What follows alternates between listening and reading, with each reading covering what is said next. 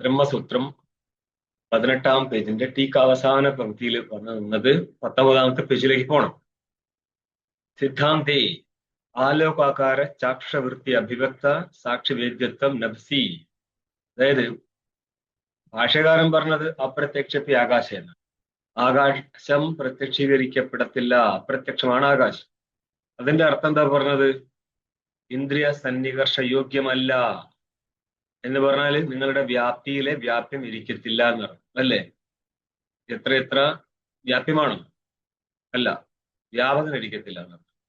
എത്ര അധ്യാശാശ്രയത്വം തത്ര ഇന്ദ്രിയ സംയുക്തത്വം വിഷയത്വം അല്ലേ? അപ്പോഴാണ് പറഞ്ഞത് ഇന്ദ്രിയ സംയോഗം ഒന്നും അവിടെ ഇല്ല. 16-ാമത്തെ പേജിൽ ടീക്കയിൽ താഴെ 3-ാം പങ്ക്തി കണ്ടാൽ മതി. വ്യാപ്തിയാണ്. ഇത് കാണിക്കാനാണ് പറഞ്ഞത് അപ്രത്യക്ഷമാണ് ആകാശം. ഇവിടെയാണ് ടീക്കയിൽ പറഞ്ഞത് സിദ്ധാന്തത്തിൽ ആകാശത്തില് ചാക്ഷുഷ പ്രത്യക്ഷത്വം മാനിക്കുന്നുണ്ട്. ചാക്ഷുഷ പ്രത്യക്ഷം ഇല്ലെങ്കിലും സാക്ഷി പ്രത്യക്ഷത്വം മാനിക്കും. അതേതാണ് സാക്ഷി എന്നുള്ളതാണ്. അതായത് ഉദാഹരണത്തിന് ഘടത്തിന്റെ പ്രകാശം നടക്കുന്നിടത്ത് ഘടാവച്ഛിന്ന ചൈതന്യമാണ് സാക്ഷി അല്ലേ? അതായത് ഘടത്തിന്റെ പ്രകാശം എങ്ങനെ വരുന്നത്? വലിയൊരു പ്രക്രിയയായിട്ട് മനസ്സിലാക്കണം കേട്ടോ. ഘടം പുറമെ ഒരു പ്രമാതാവിന്റെ പ്രമാണ വൃത്തിയാല് വിഷയാവച്ചന ചൈതന്യവും പ്രമാണാവച്ചന ചൈതന്യവും പ്രമാത്രവച്ചന ചൈതന്യവും ഒന്നായി മാറും. ആ പ്രമാത്രവച്ചന ചൈതന്യം തന്നെയല്ലേ സാക്ഷിവച്ചന ചൈതന്യം? വ്യത്യാസമൊന്നുമില്ലല്ലോ, ഒരു ചൈതന്യമല്ലേ നിങ്ങൾക്കുള്ളൂ. വിഷയത്തിന്റെ പ്രകാശം നടത്താൻ വേണ്ടിയിട്ട് നമ്മൾ ഇങ്ങനെ പ്രക്രിയ ഉണ്ടാക്കിയെന്നല്ലേ ഉള്ളൂ. അപ്പോൾ ഈ സാക്ഷി തന്നെയാണ് പ്രമാതാവിലൂടെ വിഷയത്തെ പ്രകാശിപ്പിക്കുന്നത്. ആ സമയത്ത് ആ വിഷയാവച്ചന ചൈതന്യമായിരിക്കും സാക്ഷി വിഷയത്തെ പ്രകാശിപ്പിക്കും. ഇതേപോലെ ആകാശത്തിൽ ബലാക എന്ന് പറയുമ്പോൾ ബലാക കൊക്കിന്റെ അധിഷ്ഠാനം ആകാശമാണ്. ആകാശത്തിലാണ് കൊക്കിനെ കാണുന്നത്. ആകാശത്തെ എങ്ങനെ കണ്ടു? സാക്ഷി കാണും. ഏതുപോലെ കയറിൽ സർപ്പത്തെ കാണുന്ന സമയത്ത് സർപ്പത്തിന്റെ ഗ്രഹണം സാക്ഷിക്കും കയറിന്റെ ഗ്രഹണം പ്രമാതാവിനും സംഭവിച്ചതുപോലെ അവിടെ ഭ്രമമാണ്, ഇവിടെ പ്രമേയാണെന്ന് ഭേദമുള്ളൂ. അപ്പോൾ ആലോകത്തിന്റെ പ്രകാശം ആർക്കുണ്ടായി? ചക്ഷുവിനുണ്ടായി. അപ്പോൾ ചക്ഷുവിനാൽ ആലോകം പ്രകാശിപ്പിക്കപ്പെട്ടപ്പോൾ ആലോകത്തിന്റെ പ്രകാശം എന്നുള്ള എന്താണ്? ആലോകവച്ചന്റെ ചൈതന്യത്തിന്റെ പ്രകാശമായിരുന്നു. ആ ആലോകവച്ചന്റെ ചൈതന്യമാണ് ഇവിടെ സാക്ഷിയായിട്ട് മാറുന്നത്. ആലോകാകാര ചാക്ഷുഷവൃത്തി, ആ ചാക്ഷുഷവൃത്തിയാൽ അഭിവക്തമായിരിക്കുന്ന ഒരു ചേതന ഉണ്ടായിരുന്നു. ആ ചേതനാണല്ലോ ആലോകത്തെ പ്രകാശിപ്പിച്ചത്. പിടികിട്ടിയോ? സ്പഷ്ടമാണോ? അപ്പോൾ താദൃശ സാക്ഷിയാൽ ആര് പ്രകാശിപ്പിക്കപ്പെടും? ആകാശം പ്രകാശിപ്പിക്കും. ആലോകത്തെ പ്രകാശിപ്പിച്ച സാക്ഷിയാണ്, ആലോകത്തെ പ്രകാശിപ്പിച്ച ചൈതന്യമാണ് ആലോകാകാര വൃത്തി അവച്ചൻ ചൈതന്യം. അതാണ് അവിടെ സാക്ഷിയായിട്ട് മാറുന്നത്. ആ സാക്ഷി ആകാശത്തെ പ്രകാശിപ്പിക്കും എന്ന സിദ്ധാന്തമുണ്ട്. നിങ്ങൾക്ക് ഇത് ഹയർ ടെക്സ്റ്റുകളിലൊക്കെ ഇനിയും കാണാം. സിദ്ധാന്ത ലേശ സംഗ്രഹം, സിദ്ധാന്ത ബിന്ദു, അദ്വൈത സിദ്ധി, ഇതെല്ലാ ഗ്രന്ഥങ്ങളിലൂടെയും വരും. കാരണം ഇത് പ്രത്യേകിച്ച് പറയുന്നത് നമ്മുടെ തലയിൽ ഇത്രേ ഉണ്ടാവത്തുള്ളൂ, ആകാശം പ്രത്യക്ഷമാവത്തില്ല, പക്ഷെ സാക്ഷി പ്രത്യക്ഷമായിരിക്കും. ഇനി ടീക്കയില് സംഭാവന നിഗമയതി, നമ്മള് ലക്ഷണ സംഭാവന പ്രമാണം പറയുകയാണ്. ലക്ഷണ പറഞ്ഞു, സംഭാവന പറഞ്ഞു, അതിന്റെ നിഗമന സ്ഥാനമാണ് വരുന്നത്. അപ്പൊ ലക്ഷണം എന്തായിരുന്നു? അധ്യാസത്തിന്റെ ലക്ഷണമെങ്കിലും ഒരു ലക്ഷണമില്ലാത്തൊരു ലക്ഷണം ഉണ്ടാകും. പരത്ര അവഭാസ. ടീക്കെ മൊത്തം എന്തായിരുന്നു? സ്മൃതി സദൃശ പരത്ര പൂർവദൃഷ്ട അവഭാസ. പരത്ര അവഭാസാണ് മതി. അവിടെ തന്നെ നമുക്ക് രണ്ടാക്കി എടുക്കാം: സംപ്രയോഗ ദോഷ സംസ്കാരജന്യത്വം. പക്ഷെ ഇപ്പോൾ നമ്മൾ പറഞ്ഞു സാദൃശ്യം ആവശ്യമില്ലെന്ന് പറഞ്ഞു അല്ലേ? സാദൃശ്യം ഇല്ലാതെ തന്നെ ഗ്രഹിക്കാൻ പറ്റുമെന്ന് 18-ാം പേജിൽ ടീക്കയെന്ന് 2-ാമത്തെ പങ്ക്തി, താഴെന്ന് 2-ാമത്തെ പങ്ക്തി പറഞ്ഞു. അന്നപ്പോൾ ഇത് കാര്യാധ്യാസത്തിന്റെ തടസ്സ ലക്ഷണം എന്നാണ് പറയുന്നത്. തടസ്സ ലക്ഷണം എന്ന് പറഞ്ഞാൽ എപ്പോഴും ഉണ്ടാവത്തില്ല, സ്വരൂപ ലക്ഷണം അല്ലത്. സ്വരൂപ ലക്ഷണം എന്തായിരുന്നു? പരത്രാഭാസ, അല്ലെങ്കിൽ ഇത് പറഞ്ഞ മതി മിഥുനീഭാവം. സത്യാനൃതി മിഥുനീകരണമാണ് അധ്യാസം. ചില സ്ഥലത്ത് സത്യവസ്തുനോ മിഥ്യാവസ്തു സംഭേദ അവഭാസ എന്നും പറയാറുണ്ട്. ഇനി സംഭാവനയുടെ നിഗമന സ്ഥാനം പറയാണ്. ഒരു ലക്ഷണം പറഞ്ഞ് സംഭാവന പറഞ്ഞ് സംഭാവനയെ നിഗമനം നടത്താൻ നിശ്ചയിക്കുകയാണ്. ഭാഷ്യം കാണ് 19-ാം പേജിലെ 1-ാം പങ്ക്തി. ഏവം അവിരുദ്ധ പ്രത്യേകാത്മനി അനാത്മാധ്യാസ. ഇപ്രകാരം പ്രത്യേകാത്മാവിൽ അനാത്മാധ്യാസത്തിന് വിരോധമില്ല. എന്തുകൊണ്ടാ? പൂർവക്ഷി പറഞ്ഞിരുന്നു, പ്രത്യക്ഷ യോഗ്യമല്ലാത്ത ആത്മാവിൽ, അതായത് സംപ്രയോഗം നടന്നിട്ടില്ലെങ്കിൽ, സംപ്രയോഗം നടക്കാത്ത സ്ഥലത്ത്, അതേപോലെ ഇന്ദ്രിയ സന്നികർഷം നടക്കാത്ത സ്ഥലത്ത് എങ്ങനെയാണ് അധ്യാസം ഉണ്ടാവുക? പറയണം, ഇന്ദ്രിയ സംയോഗം നടക്കുന്നില്ലല്ലോ ആകാശത്തിൽ, എന്നിട്ട് അധ്യാസം ഉണ്ടാവും. സംപ്രയോഗത്തിന് എന്തായിരുന്നു അർത്ഥം ചെയ്തത്?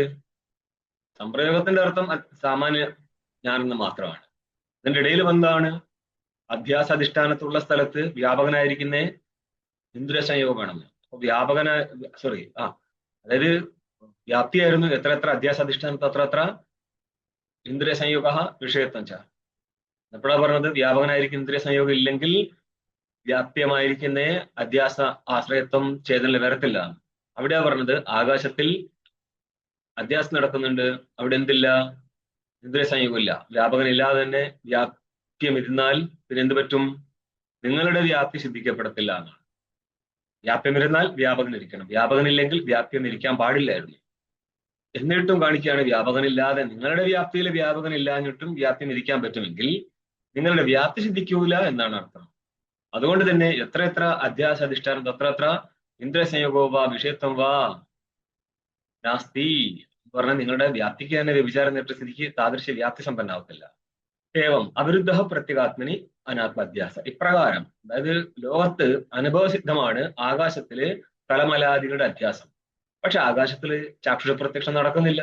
എന്നിട്ടും തലമലാദികളുടെ അധ്യാസം നടത്താൻ പറ്റുമെങ്കിൽ ഇന്ദ്രിയ സംയോഗം ആവശ്യമില്ല. വ്യാപകഭാവാദി വ്യാപ്യഭാവം കാണിച്ചതാണ്. ടീക്കയിലൂടെ പോകുമ്പോഴാണ് ഇങ്ങനത്തെ കാര്യങ്ങളൊക്കെ വരിക. നേരിട്ട് പോയി കഴിഞ്ഞാൽ എത്രയും പ്രസംഗമൊന്നുമില്ല. എന്നാലോ ബ്രഹ്മജ്ഞാന നാശത്വേന സൂത്രതാം അവിദ്യാം ഹിത്വ അധ്യാസക്കും ഇത് പറഞ്ഞത്. ബ്രഹ്മജ്ഞാനം, ഈ ബ്രഹ്മജ്ഞാനം സംഭവിക്കുമോ? അല്ല വെറുതെ പറയുന്നതാണ് ആൾക്കാർ? ഇതിൽ രണ്ട് പ്രശ്നമുണ്ട്. ഒന്ന്, ബ്രഹ്മജ്ഞാനം സംഭവിക്കുമെങ്കിൽ മക്കളെ ജ്ഞാനം ഉണ്ടാവില്ല എന്നുള്ള സോക്കോൾഡ് ഗുരുക്കന്മാരുടെ അഭിപ്രായം നഷ്ടപ്പെടും.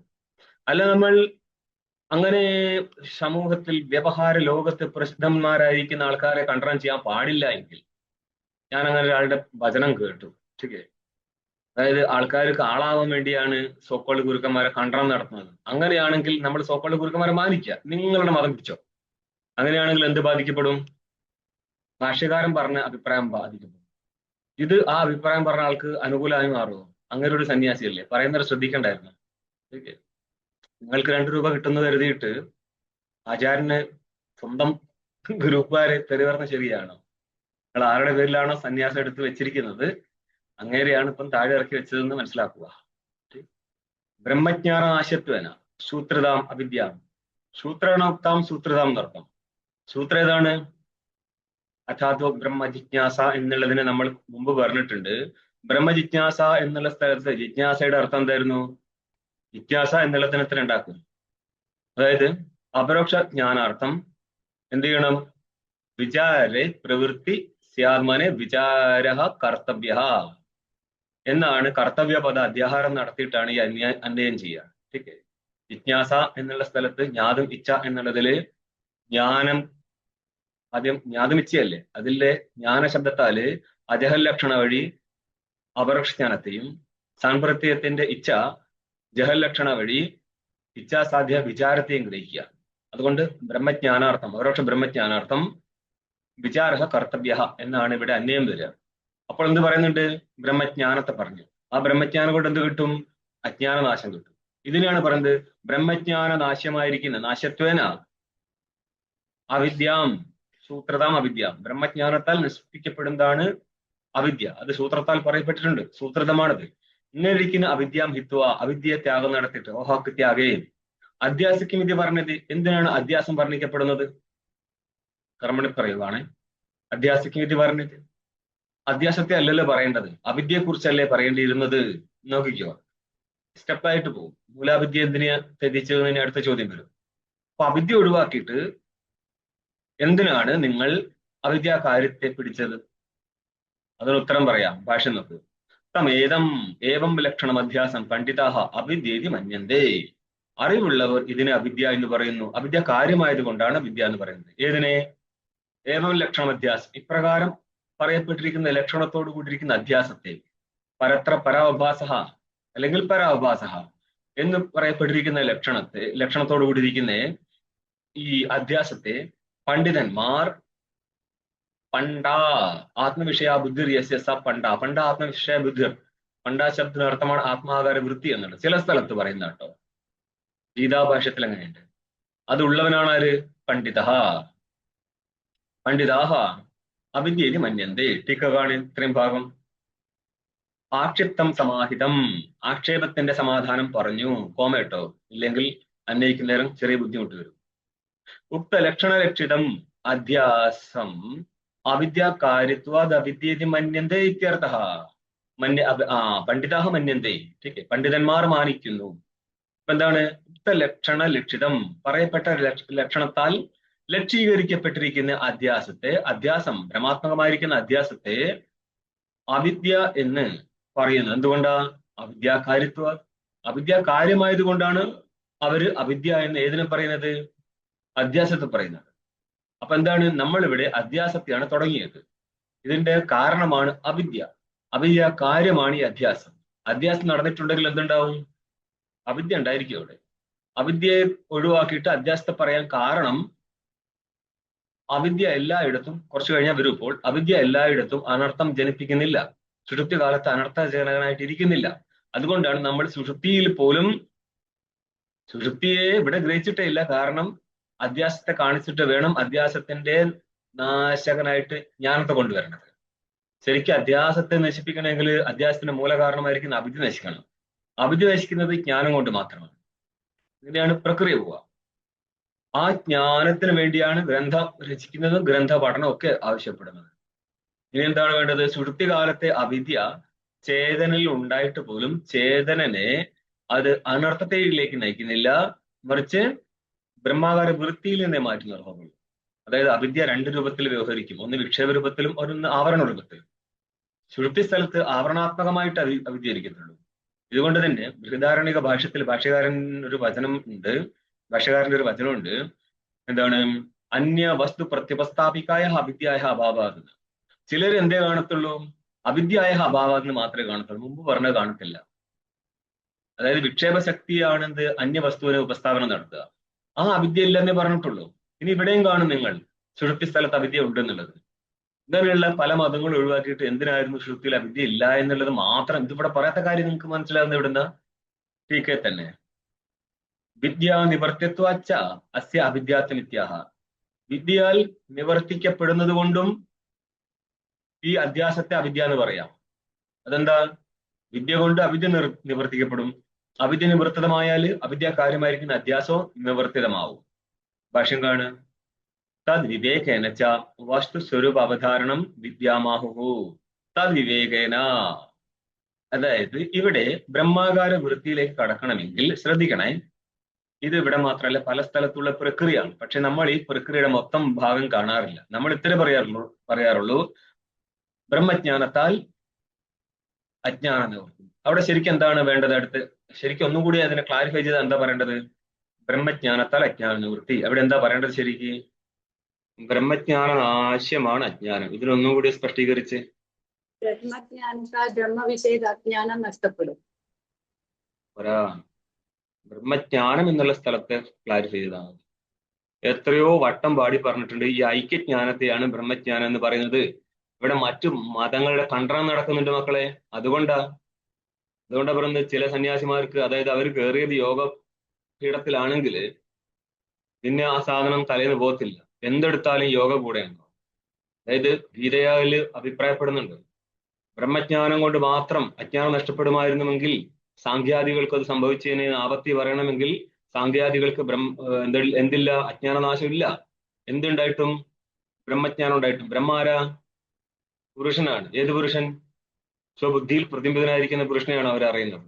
പ്രക്രിയ അങ്ങനെയാണ്. അല്ലാതെ ഇവിടെ നിത്യശുദ്ധ ബുദ്ധമുക്തൻ ശരിയാണ്, അവൻ നിർലേപനാണ്, ആ രീതിയിൽ നിത്യശുദ്ധ ബുദ്ധനാണ്. പക്ഷേ എന്തല്ല, ജഗത് കർത്താവായിരിക്കുന്ന ചൈതന്യവും നല്ലത്. ഇവിടെ ജീവചൈതന്യത്തെ എടുത്താണ് സാങ്കേതിലും യോഗത്തിലും സംസാരിക്കത്തുള്ളൂ. ഇത്രയും വ്യത്യാസമുണ്ട് ശാസ്ത്രങ്ങൾ തമ്മിൽ. സ്വാർത്ഥ സംയമാത് പുരുഷജ്ഞാനം എന്ന സൂത്രമുണ്ട് അവിടെ.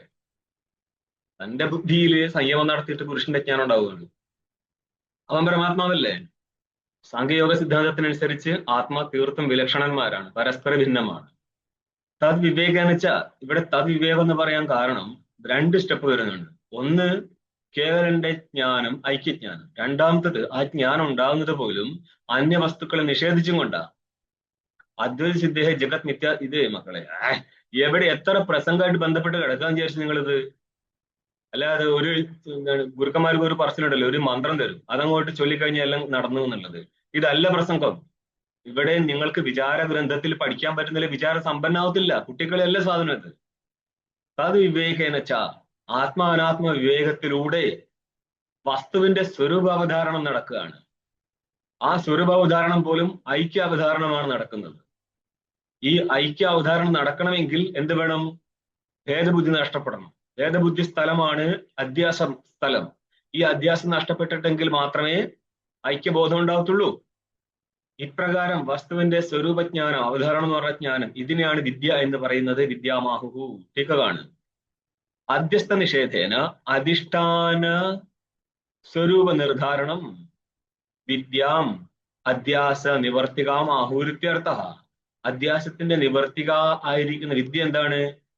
അധ്യസ്ഥ നിഷേധേന. കണ്ടോ, ടീക്കയിൽ കയറി വന്ന പങ്ക്തി ഭാഷ്യത്തിലില്ല. ഇത് പ്രക്രിയയിൽ വരുന്ന ഭാഗമാണിത്. ഇത് ഹയർ ടെക്സ്റ്റ് പഠിക്കുന്നേരം നമ്മൾ ഈ നമ്മുടെ അദ്വൈതസിദ്ധി തുടങ്ങുന്നതും മാണ്ഡൂക്യം തുടങ്ങുന്നത് ഒരേപോലെയാ. ടീക്കെ ജഗത് നിഷേധം നടത്തിക്കൊണ്ടാണ് ബ്രഹ്മാകാര വൃത്തി വരേണ്ടത്. അവിടെ ജഗത്ത് നിഷേധം നടത്തണമെങ്കിൽ ജഗത് അധ്യസ്ഥമായിരിക്കണം. അധ്യസ്ഥമായിരിക്കുന്ന സ്ഥലമാണ് എടുത്ത് കാണിച്ചത്. ഇത് മൊത്തം അധ്യാസം നടന്നുകൊണ്ടിരിക്കുകയാണ്. അതിനാണ് ഈ അധ്യാസം പറഞ്ഞു വരുന്നത്. അധ്യസ്ഥ നിഷേധന, അധ്യസ്ഥ ജഗതഃ നിഷേധന, ദ്വൈതത്തെ നിഷേധിച്ചും കൊണ്ട്. അതുകൊണ്ട് തന്നെ ഭാവപ്രധാന നിർദ്ദേശത്തിലും നിഷേധ നിർദ്ദേശങ്ങളിലും നിഷേധവാക്യം പ്രധാനമാവാൻ കാരണം നിഷേധവാക്യങ്ങൾ ഈ ജഗത്തിനെ നിഷേധിച്ചുകൊണ്ട് പിന്മാറത്തില്ല, മറിച്ച് അധിഷ്ഠാന ബ്രഹ്മത്തെ ബോധിപ്പിച്ചും കൊണ്ട് കൂടിയേ പിന്മാറത്തുള്ളൂ. ഇപ്പൊ 2 കാര്യം ഇവിടെ നടക്കുന്നുണ്ട്. കാരണം ഞങ്ങളൊക്കെ പഠിക്കുന്ന സമയത്ത് ഈ ഹയർ ടെക്സ്റ്റ് എനിക്കും സിദ്ധാന്ത ബിന്ദു അല്ലെങ്കിൽ സിദ്ധാന്ത ലേശ സംഗ്രഹത്തിലോ ഒരു പ്രസംഗം വന്നതാണ്. 2 വാക്യങ്ങളിലും നിഷേധവാക്യമാണ് പ്രധാനം. അത് സ്വാമിയോട് ചോദിച്ചിട്ട് ക്ലാസ് നടക്കുന്നവരെ ഞങ്ങൾ എന്റെ കൂടെയുള്ള ഗരുഡാതിരിക്കുന്നത്, ഇതെന്താ സംബന്ധിച്ച് ഈ ഭാവപ്രധാനമല്ലേ മുഖ്യെന്ന് മനസ്സിലായോ? ആ സമയത്ത് കുറെ നിന്ന് കറങ്ങേണ്ടി വന്നിട്ടുണ്ട്, അത് എന്തുകൊണ്ട് അങ്ങനെ വന്നു എന്നുള്ളത്. അതിനുശേഷം അതുകൊണ്ട് ഞാൻ ഈ ക്ലാസ്സിൽ ഈ മറ്റു പ്രസംഗങ്ങൾ നിങ്ങൾക്ക് ബുദ്ധിമുട്ടരുന്നുള്ളത് കൊണ്ട് തുടക്കത്തിലേ പറഞ്ഞു പോകുന്നത് ഇതിന്റെ എവിടം വരെ ഇതിന് ഗഹരായി ഉണ്ട് എന്നുള്ളത്. അത് അവതരിപ്പിക്കുന്നവർ അതിനെ വെച്ച് പോകുക. അല്ലാണ്ട് ഞാൻ കേട്ടിട്ടുണ്ട്, ഞാൻ ഇത്രയും വർഷം കേട്ടാലും ഞാനിതൊക്കെ ശരിയല്ലേ വിചാരിച്ചു ഒന്നും മനസ്സിലാകത്തില്ല. അധ്യസ്ഥ ജഗതഃ നിഷേധന, അധ്യസിക്കപ്പെട്ടിരിക്കുന്ന ജഗത്തിനെ നിഷേധിച്ചും കൊണ്ട് അധിഷ്ഠാന സ്വരൂപ നിർദ്ധാരണം, അധിഷ്ഠാനമായിരിക്കുന്ന സ്വരൂപമായിരിക്കുന്ന ബ്രഹ്മത്തിന്റെ നിർദ്ധാരണം. ഈ നിർദ്ധാരണം എങ്ങനെ വരിക? അഹമസ്മി എന്നാണ്. അതല്ലാതെ തദസ്തി എന്നുള്ള അർത്ഥത്തിലല്ല. ഇതിനെയാണ് വിദ്യ എന്ന് പറയുന്നത്. വിദ്യാം ഇതെന്ത് ചെയ്യും? അധ്യാസ നിവർത്തികയാണ്. അതുകൊണ്ട് അധ്യാസ നിവർത്തികാമാഹൂരിത്യർത്ഥ. തഥാപി അങ്ങനെയാണെങ്കിലും കാരണവിദ്യാം തെക്വ കാര്യവിദ്യാക്കിമിതി പറഞ്ഞത്. അങ്ങനെയാണെങ്കിലും എന്തിനാണ് ശാസ്ത്രത്തില് ഈ കാരണാവിദ്യ, അവിദ്യ തന്നെ നമ്മൾ രണ്ടാക്കും. ഒന്ന് കാരണാവിദ്യ, ഇതിനെ പറയും മൂലാവിദ്യ എന്ന് പറയും. ബ്രഹ്മവിഷയക ബ്രഹ്മാശ്രയക വിദ്യ. പിന്നെയുള്ളതാണ് ഘടാദ്യജ്ഞാനം പടാദ്യജ്ഞാനം, ഇതിനെന്ത് പറയും? സ്ഥൂലാവിദ്യ എന്ന് പറയും. ठीक തെക്വ കാര്യവിദ്യ. ശരിക്ക് ചെറിയ ഭേദം കൂടി അവിടെ മനസ്സിലാക്കണം. ഘടാദി വിഷയക അവിദ്യ തന്നെയാണ് മൂലാവിദ്യ. പക്ഷേ അത് കാരണമായി മൂലാവിദ്യയുടെ കാര്യമാണ് ഘടാദികൾ എന്ന് മനസ്സിലാക്കുക. ഘടത്തിൽ മറ്റൊരു അധ്യാസം നടക്കുമ്പോഴാണ് ഘടാദ്യാവച്ചിന്റെ ചൈതന്യ വിഷയക അവിദ്യ മൂലാവിദ്യയായി മാറുന്നത്. മനസ്സിലായോ? അതുകൊണ്ട് കുറച്ചുകൂടി നല്ലത് രജുവിലെ സർപ്പാദി സ്ഥലത്ത് തുലാവിദ്യയും ബ്രഹ്മം നടക്കുന്നില്ലേ, ബ്രഹ്മത്തിലെ മൂലാവിദ്യയില് ഘടാദ്യത്യാസവും. ഘടം അധ്യസിക്കപ്പെട്ടിരിക്കുന്ന വസ്തു തന്നെയല്ലേ. എന്തിനാണ് ഈ മൂലാവിദ്യ ഒഴിച്ചിട്ട് തുലാവിദ്യ കാര്യവിദ്യ കിമിതി പറഞ്ഞത്? എന്തിനാണ് ഇങ്ങനെ ഒരു വർണ്ണനം നടത്തുന്നത്? അതിന് ഉത്തരം പറയണം ഭാഷ്യം കാണും. തത്ര ഏവം സതി എത്ര ഏത് അധ്യാസ തത്കൃതേന ദോഷേണ ഗുണേന വാ അണുമാത്രേണാപി സനസമ്പദ്ധ്യതേ. ടീക്കയിലെ ആഖ്യാനത്തിനും ഭാഷ്യം പോകുന്നതിലും കുറെ വ്യത്യാസമുണ്ട്. ഭാഷ്യകാരൻ ചോദ്യത്തിനനുസരിച്ചല്ല വരുന്നത്, പക്ഷെ ഭാഷ്യകാരൻ ടീക്കാകാരൻ ചോദിച്ചതിനനുസരിച്ചെന്നല്ല ഭാഷ്യം പോകുന്നത്. പക്ഷെ അങ്ങരുടെ അഭിപ്രായത്തിനനുസരിച്ചും അങ്ങേരി പ്രസംഗത്തെ വളച്ചുകൊണ്ടു. തത് വിവേകേന വസ്തുസ്വരൂപ ഉദാഹരണം വിദ്യ എന്ന് പറഞ്ഞല്ലോ. എന്ന് പറഞ്ഞാൽ ആത്മാനാത്മാ വിവേചനം നടത്തിയിട്ട് അതായത് ജഡവസ്തുക്കളായിരിക്കുന്ന മൊത്തം ജഗത്തിനെ നിഷേധിച്ചും കൊണ്ട് ആത്മാവിനെ മനസ്സിലാക്കും. ഇങ്ങനെ ആത്മാവിന്റെ ഐക്യത്തെ മനസ്സിലാക്കും. എവിടെ? ബ്രഹ്മവുമായിട്ടല്ലേ. ഇതാണ് മൊത്തം എടുത്തിട്ട് അവതാരണം വിദ്യ എന്ന് പറഞ്ഞത്. ഇങ്ങനെ ഇരിക്കെ ഏവം സതി എന്ന് പറഞ്ഞാൽ ഈ ജഗത്ത് മൊത്തം അധ്യസ്ഥമാണെന്നും അധിഷ്ഠാനം ബ്രഹ്മവുമാണെന്നിരിക്കെ, അല്ലെങ്കിൽ അധ്യാസം ആവിദ്യകമാണെന്നിരിക്കെ, അങ്ങനെ ഉന്നയിക്കാം. ഏവം സതി അധ്യാസം ആവിദ്യകമാണെന്നിരിക്കെ. മനസ്സിലായോ? അപ്പൊ ടീക്കാകാരൻ പറയുന്നതിന് അങ്ങനെ കൊണ്ടുവച്ചു നോക്കും. വലിയൊരു വേറൊരു അർത്ഥത്തിലേക്ക് അങ്ങ് പോകും പെട്ടെന്നത്. അധ്യാസം ആവിദ്യകമാണെന്നിരിക്കെ നിഷേധിക്കപ്പെടുവോ? നിഷേധിക്കപ്പെടും. അവിദ്യ നിഷേധിക്കപ്പെടും, ആവിദ്യവും നിഷേധിക്കപ്പെടും. എത്ര ഏത് അധ്യാസസ്, എവിടെ ഏത് അധ്യസിക്കപ്പെട്ടിരിക്കുന്നുവോ, തത്കൃതേന ദോഷേന ഗുണേന വാ, ആ അധ്യാസം കൊണ്ട് സംഭവിച്ചിരിക്കുന്ന ഗുണമോ ദോഷമോ ആയിരിക്കട്ടെ, അണുമാത്രേണാപി കുറച്ചു പോലും സാ എന്ന് പറഞ്ഞാൽ എവിടെയാണോ അധ്യാസം നടക്കുന്നത്, സ്ഥാനസംബന്ധിതേ അധിഷ്ഠാന ബ്രഹ്മചൈതന്യത്തിലാണ് അധ്യാസം നടക്കുന്നത്. ഈ അധ്യാസം ആവിദ്യകമായതുകൊണ്ട് വാസ്തവമല്ലെന്നിരിക്കെ ആ അധ്യാസമേ ഇല്ല. പിന്നെ അധ്യാസം കൊണ്ട് സംഭവിക്കുന്ന ഗുണമോ ദോഷമോ അധിഷ്ഠാനമായിരിക്കുന്ന ചൈതന്യത്തിൽ സംഭവിക്കത്തില്ല. ഈ ഒരു കാര്യം വെച്ചിട്ടാണ് നമ്മൾ സുഷുപ്തിയില്, അടുത്ത ഞാൻ സ്റ്റെപ്പ് പിടിക്കുകയാണ്, ഇവിടുന്ന് നോക്കിക്കോ, മറ്റുള്ളവരുടെ മതമുണ്ട് സുഷുപ്തിയിൽ അവിദ്യ ഇല്ല എന്നുള്ളത്. അവിദ്യ മാത്രം ഇരുന്നാൽ പോലും അവിദ്യയുമായിട്ട് യാതൊരു സംബന്ധവും ഇല്ലാത്തതിനാൽ കേവലനായിരിക്കുന്ന ആത്മാ സുഷുപ്തിയിൽ ഇരിക്കുന്നു എന്ന് നമുക്ക് എടുത്ത് കാണിക്കാൻ പറ്റും. ഇതിന്റെ പ്രക്രിയ നോക്ക്. അതായത് ഇങ്ങനെ ഒരു കാര്യം നിങ്ങൾക്ക് മനസ്സിലായിട്ടില്ലെങ്കിൽ, ഈ അവിദ്യ സുഷുപ്തിയിൽ ഇല്ല എന്ന് മാനിച്ചിരിക്കുന്ന ആൾക്കാർക്ക് പ്രക്രിയ മനസ്സിലായിട്ടില്ല എന്നാണ് അർത്ഥം. മനസ്സിലായോ? അവരുദ്ദേശിച്ച പ്രക്രിയയിലൂടെ ബ്രഹ്മബോധം വരാൻ പോകുന്നില്ല ഇവർക്ക്. നിങ്ങൾ ഈ റൂട്ടിലൂടെ ഒന്ന് പിടിച്ചു നോക്ക്, ഇതെങ്ങനെ കൊണ്ടുപോകുന്നത് മനസ്സിലാക്കാം. ഈ ടീക്കയിലൊക്കെ പറയുന്ന ഒരു ശൈലി ഉണ്ടല്ലോ, ആ ശൈലിയിലേക്ക് അവര് പറഞ്ഞിടത്തേക്ക് ഇറങ്ങാൻ നിങ്ങൾക്ക് പറ്റുന്നില്ല എന്നുള്ളത് കൊണ്ടാണ് നിങ്ങൾ സുഷുപ്തിയിൽ അവിദ്യ ഇല്ലെന്ന് മാനിക്കുന്നത്. ഇപ്പം പിടി കിട്ടുമോ? ഒരു സ്ഥലമല്ല, ഞാൻ 1000 കണക്കിന് സ്ഥലം എടുത്ത് കാണിച്ചു തരാം. അവിദ്യ സുഷുപ്തിയിൽ മാനിക്കാതെ പോയി കഴിഞ്ഞാൽ പറ്റുന്ന ബുദ്ധിമുട്ട്. പിന്നെ ഒരു കാര്യം തീർച്ചയാക്കാൻ പറ്റുന്നില്ല അവർക്ക്, എവിടെ ഏത് അധ്യസ്ഥമാണോ ഈ പങ്ക്തി തീർച്ചയാക്കാൻ പറ്റിയിട്ടില്ല. തത്കൃത ദോഷഗുണത്താൽ അവന് സംബന്ധമില്ല. അവിദ്യ അധ്യസ്ഥമായിരുന്നു, അതുകൊണ്ട് തത്കൃത ഗുണദോഷ സംബന്ധം നേരിടത്തില്ല. അങ്ങനെയാണ് പിന്നെ ജാഗ്രത എടുത്ത് കാണിക്കരുതോ. ഇതാണ് സുഷുപ്തിയിൽ അവിദ്യ ഇല്ലെന്ന് മാനിക്കുന്ന ആൾക്കാർ ചോദിക്കുന്ന ചോദ്യം. എന്റെ മോൻ ആ പ്രസംഗം ഇവിടെ വരാം. സുഷുപ്തിയിൽ അനർത്ഥത്താൽ യുക്തനായിട്ടിരിക്കുകയാണ് ചൈതന്യം. ഞാൻ കാണുന്നു, ഞാൻ കേൾക്കുന്നു ഇത്യാദി വിഷയങ്ങൾ ഗ്രഹിച്ചുകൊണ്ടിരിക്കുന്നുണ്ട്. ഈ ഒരു ഗ്രഹണമില്ല എന്നുള്ളതിനാൽ കുറെയൊക്കെ ശാന്തനായിരിക്കുന്ന ആത്മാവാണ് അവിടെ ഉള്ളത്. അതുകൊണ്ട് അവനെ എടുത്ത് കാണിക്കുന്നത് സുഖമാണ്. അതിനുവേണ്ടി മാത്രമാണ്, അല്ലാതെ അവിദ്യ ഇല്ല എന്നുള്ള അർത്ഥത്തിലല്ല അത്. ഈ പ്രസംഗം ഇവിടെ വരൂ, ഞാൻ ആദ്യം എടുത്തങ്ങ് പറഞ്ഞൊന്നുമില്ല, ശ്രദ്ധിച്ചോളുക. ഇനി ടീക്ക നോക്കിയോ. ഏവം സതിക്ക് അർത്ഥം പറയണേ, തസ്മിൻ അധ്യാസേ തത്ര ഏവം സതി, തസ്മിൻ അധ്യാസേ ഉക്തന്യായേന അവിദ്യാത്മകേ സതി. ഇത് സതിസപ്തമി പ്രയോഗമാണ്, അല്ലാണ്ട് അവിടെ ഒന്നും അർത്ഥമൊന്നുമില്ല. ഏവം സതി തത്ര ഏവം സതി, അങ്ങനെ ഇരിക്കെ എന്ന് പറഞ്ഞാല് ഈ അധ്യാസം ആവിദ്യകമാണെന്നിരിക്കെ, ഇത്രയെഴുതിനർത്ഥം. തസ്മിൻ അധ്യാസേ ഉക്തന്യായന അവിദ്യാത്മകേ സതി, തസ്മിൻ അവിദ്യാത്മകേ സതി എന്നേ ഉള്ളൂ. ഉക്തന്യായന പറഞ്ഞ രീതിയിൽ, അതിന്റെ മുന്നത്തെ വരിയിൽ പറഞ്ഞല്ലോ നമ്മള്, ഏവം ലക്ഷണം അധ്യാസം പണ്ഡിതാഹ അവിദ്യേതി മന്യന്തേ. പണ്ഡിതന്മാർ ഈ അധ്യാസത്തെ അവിദ്യ എന്ന് പറയുന്നു. ഇതിന്റെ അർത്ഥം എന്താ? ഈ കാണുന്ന അധ്യാസങ്ങളെല്ലാം അവിദ്യയാലാണ് ജനിക്കപ്പെട്ടത്. ഇത് മൂലാവിദ്യ കാര്യമായിട്ടാണ് ഇവിടെ കാണുന്ന അധ്യാസം നടക്കുന്നത്. അധ്യാസം നമുക്ക് പെട്ടെന്ന് എടുത്ത് കാണിച്ചു കൊടുക്കാം. ഓക്കെ, കാരണാധ്യാസം കാണിക്കുകയൊക്കെ ചെയ്യാം, പക്ഷെ കുറച്ച് സ്പഷ്ടമാക്കാൻ, അതായത് സുഷുപ്തിയിൽ മാത്രമല്ലല്ലോ കാരണാധ്യാസം നടക്കുന്നത്. കാരണം ആരാ? അവിദ്യ. അവിദ്യയായിട്ടുള്ള അധ്യാസം ചേതന് നടന്നിട്ടുണ്ട് എന്ന് നമ്മൾക്ക് ഇപ്പോൾ സിദ്ധിക്കാൻ പറ്റുമോ? പറ്റൂല. ഇതാണ് ഇതുവരെ പഠിച്ചു വെച്ചതല്ലേ, പറ്റൂല. പറ്റണം. അതാണ് സാക്ഷി സ്വരൂപം. ഇപ്രകാരം ഈ അധ്യാസം ആവിദ്യകമാണെന്ന് സിദ്ധിച്ചിരിക്കെ എന്ത് പറ്റും?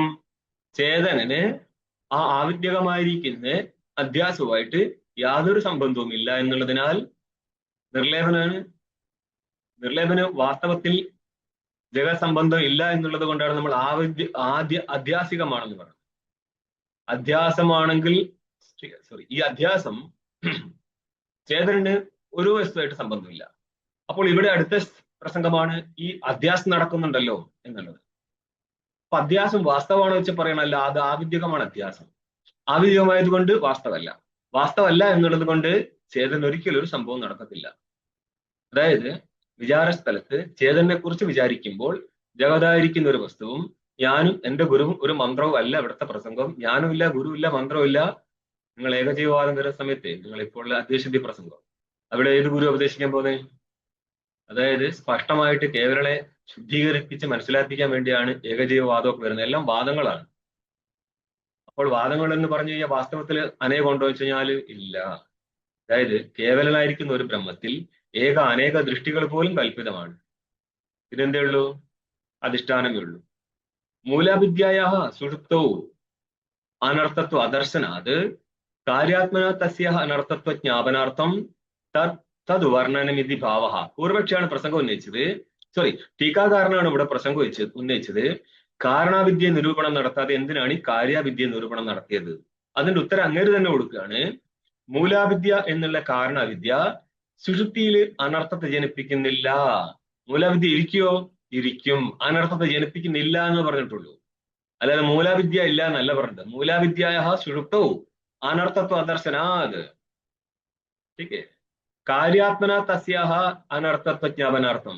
കാര്യരൂപത്തിലാണ് മൂലാവിദ്യ അനർത്ഥികയായിട്ട് മാറുന്നത് എന്ന് കാണിക്കാനായിട്ടാണ് തത് വർണ്ണനം. ഏതിന്റെ വർണ്ണനം? കാര്യവിദ്യയുടെ വർണ്ണനം എന്നർത്ഥം. കാര്യവിദ്യ ഉദ്ദേശിച്ചത് കാര്യരൂപത്തിൽ പരിണമിച്ചിരിക്കുന്ന വിദ്യയാണ്, അധ്യാസമാണ്. അധ്യാസത്തിന്റെ വസ്തുക്കളൊക്കെ എടുക്കും. അർത്ഥാധ്യാസവും ജ്ഞാനാധ്യാസവും ഒക്കെ വരും. അധ്യസ്ഥകൃത ഗുണദോഷാഭ്യാം അധിഷ്ഠാനം ന ലിപ്യതേ ഇത്യക്ഷരാർത്ഥ. ഇത്രയുള്ളൂ അന്വയിച്ചു കഴിഞ്ഞാൽ. അധ്യസ്ഥകൃതം, അധ്യസ്ഥ വസ്തുവിനാലോ അഥവാ ജ്ഞാനത്താലോ സംഭവിച്ചിരിക്കുന്ന ഗുണമോ ദോഷമോ അധിഷ്ഠാനം ഭജിക്കത്തില്ല. ന ലിപ്യത, ലേപം അധിഷ്ഠാനത്തിൽ സംഭവിക്കത്തില്ല. ഒരധിഷ്ഠാനത്താലാണ് നിങ്ങൾ അധ്യസിക്കുന്നത്. പക്ഷെ അധ്യസിക്കുമ്പോൾ സംഭവിക്കുന്ന ഗുണമോ ദോഷമോ ഒന്നും തന്നെ ആർക്കില്ല? അധിഷ്ഠാനത്തിനില്ല. അതിന് ലേപം സംഭവിക്കത്തില്ല. അധിഷ്ഠാനത്തിന് ഒരു ലേപവും ഇല്ല. അതുകൊണ്ടാണ് അണുമാത്രേണാവൈ ന സംബന്ധിത എന്ന് പറഞ്ഞത്. ഏവം അധ്യാസസ്യ ലക്ഷണ സംഭാവനയെ ഉക്ത്വാ പ്രമാണമാഹ. ഇപ്രകാരം അധ്യാസത്തിന് ലക്ഷണം മുമ്പ് കഴിഞ്ഞു. പിന്നെ സംഭാവന പറഞ്ഞു കഴിഞ്ഞ ശേഷം, അതായത് ആകാശത്തിൽ തലമലാദികൾ അധ്യസിക്കുന്നു എന്ന് നമ്മൾ ഇതിന്റെ സംഭാവന എടുത്ത് കാണിച്ചിട്ട് പിന്നെന്ത് പറഞ്ഞു? നിഗമനസ്ഥാനവും പറഞ്ഞു. പ്രത്യേകാത്മാവില് അനാത്മാക്കളുടെ അധ്യാസം കൊണ്ട് ഇതിനെ പണ്ഡിതന്മാര് അവിദ്യ എന്ന് പറയുന്നു. ഇനി നമ്മൾ പ്രമാണത്തെ അവതരിപ്പിക്കുകയാണ്. അടുത്ത പേജിലേക്ക് പോയിക്കോ. തം ഏതം അവിദ്യാഖ്യം ആത്മാനാത്മനോർ ഇതരേതര അധ്യാസം പുരസ്കൃത്യ സർവേ പ്രമാണ പ്രമേയ വ്യവഹാരാഹ ലൗകിക വൈദികാശ്ച പ്രവൃത്താഹ. ഭാഷ്യമേ 20-ാം പേജിലെ ഭാഷ്യം. തമേതം അവിദ്യാഖ്യം അവിദ്യ ആഖ്യ യസ്യ തദ് അവിദ്യാഖ്യം കിം അധ്യാസം. അവിദ്യ എന്ന് അധ്യാസത്തെ വിളിക്കാൻ കാരണം എന്താ? അവിദ്യയുടെ കാര്യമായതുകൊണ്ട്. അവിദ്യകാര്യ. തമേതം അവിദ്യാഖ്യം, അവിദ്യ എന്ന നാമത്തോടുകൂടി ഇരിക്കുന്ന അധ്യാസം. ആരുടെ? ആത്മാനാത്മനോഹോ. എന്ത് അധ്യാസം? ഇതരേതര അധ്യാസം. ഒന്ന് മറ്റൊന്നിൽ അധ്യസിക്കുകയാണല്ലോ. അത് സ്പഷ്ടീകരിച്ചുള്ളൂ. ഒന്ന് മറ്റൊന്നിലേക്കുള്ള അധ്യാസം ധർമ്മികളുടെ അധ്യാസമാണ്. പുരസ്കൃത്യ എന്ന് പറയുന്നത് ഹേതുകരിച്ചും കൊണ്ടാണ്, അതായത് ഇങ്ങനൊരു അധ്യാസം ഉള്ളത് കൊണ്ടാണ് സർവേ വ്യവഹാരാഹ. ഏത് വ്യവഹാരം? പ്രമാണ പ്രമേയ വ്യവഹാരാഹ. പ്രമാണം ഇന്നതാണെന്നും പ്രമേയത്തെയും വിശദീകരിക്കുന്ന പ്രമാണം പ്രമേയം എന്നുള്ളത് ജ്ഞാനസ്ഥലത്ത് മാത്രമാണ്. അല്ലാതെ ക്രിയാത്മകമായിരിക്കുന്ന വ്യവഹാരം വേറെ വരും. സർവേ വ്യവഹാരാഹ എന്ന ഏതൊക്കെ? ലൗകികാശ്ച വൈദികാശ്ച. ലൗകികമാണെങ്കിലും വേണ്ടിയില്ല, വൈദികമാണെങ്കിലും വേണ്ടിയില്ല. വേദത്തിലെ പദങ്ങളും ലൗകിക പദങ്ങളും ഉൾക്കൊണ്ടുകൊണ്ട് തന്നെയാണ്. വേദേവി ബോധകാഹ എന്ന് പാഠം പറയും. വേദത്തിലെ ബോധക ശബ്ദങ്ങൾ ലൗകിക ശക്തിയെ ഗ്രഹിച്ചുകൊണ്ട് തന്നെയാണുള്ളത്. അപ്പോൾ നിങ്ങൾ നടത്തുന്ന ഏതൊരു വ്യവഹാരമാണെങ്കിലും അധ്യാസത്തെ മുൻനിർത്തിക്കൊണ്ട് മാത്രമാണ്. എന്ന് പറഞ്ഞാൽ അധ്യാസമില്ലാത്ത ആൾക്ക് ലൗകികമോ വൈദികമായിരിക്കുന്ന വ്യവഹാരം നടക്കത്തില്ല. അങ്ങനെയാണെങ്കിൽ അധ്യാസം നഷ്ടപ്പെട്ട ജ്ഞാനിക്ക് ലൗകിക വൈദിക വ്യവഹാരം നടക്കുമോ? നടക്കും സ്വാമിജി. ഇതെവിടെ എഴുതിച്ച എന്താണ്? നടക്കൂല എന്നല്ലേ? നടക്കണമെങ്കിൽ അധ്യാസം വേണം. അപ്പൊ ജ്ഞാനിക്ക് അധ്യാസം ഉണ്ടെന്നാണ് പറയുന്നത്. പടിക ചെമ്പരത്തി പോലെ അധ്യാസം ഉണ്ടല്ലോ, സ്വാഭാവിക അധ്യാസം ഉണ്ട്. ഇല്ല, സ്വാഭാവിക അധ്യാസം ഇല്ല. സ്വാഭാവിക അധ്യാസം ദൃഷ്ടാന്തം കൊടുക്കുന്നത് എന്തിനാന്ന് പറഞ്ഞാല് അധ്യാസം മാറിയാലും അനുവൃത്തി നടക്കുന്നുണ്ടതുകൊണ്ടാണ്. അതിന് അധ്യാസം എന്ന് പറയത്തില്ല. അധ്യാസം ഉണ്ടെങ്കിൽ അതിന്റെ കാരണമായിരിക്കുന്ന അജ്ഞാനം ഉണ്ടാവും. ശരി, അപ്പോൾ അനുവൃത്തി ഉണ്ടാവത്തുള്ളൂ. അതുകൊണ്ട് തന്നെ ജ്ഞാനിക്ക് അധ്യാസം ഇല്ലാത്തതിനാൽ വ്യവഹാരമില്ല. അതാണ് വാസ്തവം. വ്യവഹാരം കാണുന്നുണ്ടെങ്കിൽ അതിനെ 3 വിധത്തിൽ കൊണ്ടുപോവുക. ഒന്ന് പ്രാരബ്ധാനുസാരം, അപ്പോഴും ബാധ്യതാനുവൃത്തി, വേണമെങ്കിൽ ലേശാവിദ്യ മാനിച്ചിട്ട് അപ്പോഴും ബാധ്യതാനുവൃത്തി ബാധിക്കപ്പെട്ടു പോയിട്ടുണ്ട് ജഗത്ത്. അല്ലെങ്കിൽ അജ്ഞാനിയായിരിക്കുന്ന മറ്റൊരു ദൃഷ്ടാവിന്റെ ദൃഷ്ടിയിൽ. ടീക്ക നോക്ക്, ഇതിന്റെ വ്യാഖ്യാനം പറയാം. തം, അതിനെ എന്നർത്ഥം അധ്യാസം വർണ്ണിതം. അധ്യാസത്തിന്റെ വർണ്ണനം നടത്തിയോ? എന്താണ് അധ്യാസം? പരത്രാവഭാസം. പരത്രാവഭാസം. ടീക്ക്. വർണ്ണിതം അധ്യാസം സാക്ഷി പ്രത്യക്ഷ സിദ്ധം. സാക്ഷിയുടെ പ്രത്യക്ഷത്താൽ സിദ്ധമാണ് ഈ അധ്യാസം. അപ്പോൾ സാക്ഷി വേറെ ആളല്ലേ, നമ്മൾ വേറെ ആളല്ലേ? സാക്ഷിക്ക് അറിയാം. സാക്ഷി ജീവൻ തന്നെയാണ്. ഈ സാക്ഷി ജീവൻ ജീവന്റെ വാസ്തവ സ്വരൂപ സാക്ഷിയാണ്. പ്രമാദ ജീവനിൽ നിന്ന് അതിരിക്തമല്ല, സാക്ഷിയിൽ നിന്നും അതിരിക്തമല്ല. പക്ഷേ എപ്പോഴും പ്രമാദ ഇരിക്കത്തില്ല, സാക്ഷി ഇരിക്കും. അപ്പോൾ സാക്ഷി പ്രത്യക്ഷത, അതായത് പ്രമാതാവ് ഗ്രഹിക്കുന്നതും സാക്ഷി ഗ്രഹിക്കും, സാക്ഷി നേരിട്ടും ഗ്രഹിക്കും. അതുകൊണ്ട് സാക്ഷിയാണ് എല്ലാ അധ്യാസവും നടത്തുന്നത്. ഒന്ന്. രണ്ടാമത്തത്, കയറിൽ സർപ്പം കാണുന്ന സമയത്ത് സാക്ഷിയാണ് നേരിട്ട് ഗ്രഹിക്കുന്നത് സർപ്പത്തെ. അതുകൊണ്ട് സാക്ഷി പ്രത്യക്ഷ സിദ്ധം. അന്ന് ദൃഷ്ടാന്ത സ്ഥലത്ത് പറയാം. ദാഷ്ടാന്തിക സ്ഥലത്ത് ജഗത്ത് മൊത്തം ആരുടെ ഗ്രഹണം എന്താണ്? മിഥ്യയാണ് അല്ലേ? അവിടെയും സാക്ഷി ഗ്രഹിച്ചു എന്ന് പറയണം. പുരസ്കൃത്യ, ഈ ഇതിനെ ഹേതുവാക്കിയിട്ട്, ഏതിനെ? അധ്യാസം പുരസ്കൃത്യ. പുരസ്കൃത്യക്ക് അർത്ഥം പറയണം ഹേതു നിർത്തുക. ഹേതുവാക്കിയിട്ട് ലൗകിക കോമേട്ടോ കർമ്മശാസ്ത്രീയോ മോക്ഷ ശാസ്ത്രീയശ്ചേതി ത്രിവിധോ വ്യവഹാര പ്രവൃത്തതേ ഇത്യർത്ഥ. 3 രീതിയിലുള്ള വ്യവഹാരം നടക്കുന്നുണ്ട്. ലൗകികമായിരിക്കുന്ന ജ്ഞാനാത്മക ക്രിയാത്മക വ്യവഹാരം, പിന്നെ ആരാ? ശാസ്ത്രീയമായിരിക്കുന്ന കർമ്മം, പിന്നെ മോക്ഷാത്മകമായിരിക്കുന്ന ശാസ്ത്രീയ വ്യവഹാരം. ഈ വ്യവഹാരങ്ങളെല്ലാം തന്നെ നടക്കണമെങ്കിൽ എന്ത് വേണം? അധ്യാസം വേണം. ശാസ്ത്രത്തിൽ പറയാണ് മോക്ഷമുണ്ട്. ശരി, വാസ്തവത്തിൽ മോക്ഷമില്ല, ബന്ധനമില്ല. ശാസ്ത്ര വ്യവഹാരം നടക്കുന്ന സമയത്ത് അവിദ്യാകാലമാണ്. അതുകൊണ്ട് മോക്ഷം നേടേണ്ടതാണ് എന്നൊരു വ്യവഹാരം. മോക്ഷാത്മകമായിരിക്കുന്ന വ്യവഹാരവും അവിദ്യാകാലത്തേ ഉള്ളൂ. തത്ര വിധി നിഷേധപരാണി. ഒരു കുറച്ചുകൂടി ഭാഷ നോക്കിയോ. സർവാണി ച ശാസ്ത്രാണി വിധി നിഷേധ മോക്ഷപരാണി. സർവാണി ശാസ്ത്രാണി കിം അധ്യാസം പുരസ്കൃത പ്രവൃത്താനി എന്ന് കൂടി ചേർത്തൂല. അധ്യാസത്തെ ഉൾക്കൊണ്ടുകൊണ്ട് മാത്രമാണ്, ഹേതുവാക്കിയിട്ട് മാത്രമാണ് സർവാണി ശാസ്ത്രാണി, സകല ശാസ്ത്ര പ്രവൃത്തിയും ഏത്? വിധി രൂപവും പ്രതിഷേധ രൂപവും പിന്നെ വിധി നിഷേധങ്ങൾ അല്ലാത്ത മോക്ഷപരങ്ങളായിരിക്കുന്ന ശാസ്ത്രങ്ങളുടെ പ്രവൃത്തിയും അധ്യാസത്തെ മുൻനിർത്തി മാത്രമാണ്. അധ്യാസമില്ലെങ്കിൽ ഒരു വ്യവഹാരം നടക്കാൻ പോകുന്നില്ല. ടീക്കയിൽ തത്ര, അതായത് വിധി പ്രതിഷേധ മോക്ഷ പരാണി ശാസ്ത്രാണി എന്ന് പറഞ്ഞല്ലോ, ഇതിന് വിഭാഗം നടത്തുകയാണ്. വിധി നിഷേധപരാണി കർമ്മശാസ്ത്രാണി ഋഗ്വേദാദീനി. കർമ്മശാസ്ത്രങ്ങളായിരിക്കുന്ന ഋഗ്വേദാദികളാണ് വിധി നിഷേധപരങ്ങൾ. അഗ്നിഹോത്രം ജുഹുയാദ് ഇത്യാദി വിധികളും മാംസ സർവഭൂതാനി ഇത്യാദി നിഷേധവാക്യങ്ങളും. പിന്നെന്താണത്? വിധി നിഷേധ ശൂന്യ പ്രത്യേക് ബ്രഹ്മപരാണി മോക്ഷശാസ്ത്രാണി. അടുത്തതാണ് വിധിയും അല്ലത് നിഷേധവുമല്ല. വിധി നിഷേധ ശൂന്യങ്ങളായിരിക്കുന്ന പ്രത്യക് ബ്രഹ്മത്തെ ഉപദേശിക്കുന്ന മോക്ഷശാസ്ത്രങ്ങൾ. അവിടെ വിധി ഉണ്ടാകത്തില്ല. പറഞ്ഞ ശരിയാണോ? വിധി നിഷേധ ശൂന്യ പ്രത്യക് ബ്രഹ്മപരാണി ശരിയാണ്. പ്രത്യക് ബ്രഹ്മത്തിൽ വിധിയുമില്ല, നിഷേധവുമില്ല. പ്രത്യക് ബ്രഹ്മവിഷയക ജ്ഞാനത്തിലും വിധിയുമില്ല, നിഷേധവുമില്ല. പക്ഷേ ജ്ഞാനത്തിന്റെ കാരണങ്ങളായിരിക്കുന്ന ശ്രവണമരണ നിധ്യാസനങ്ങളിൽ വിധിയുണ്ട്. വേദാന്ത വാക്യാനീതി വിഭാഗ, ഇങ്ങനെ ഇരിക്കുന്ന വേദാന്ത വാക്യങ്ങളും ഉണ്ടെന്നർത്ഥം.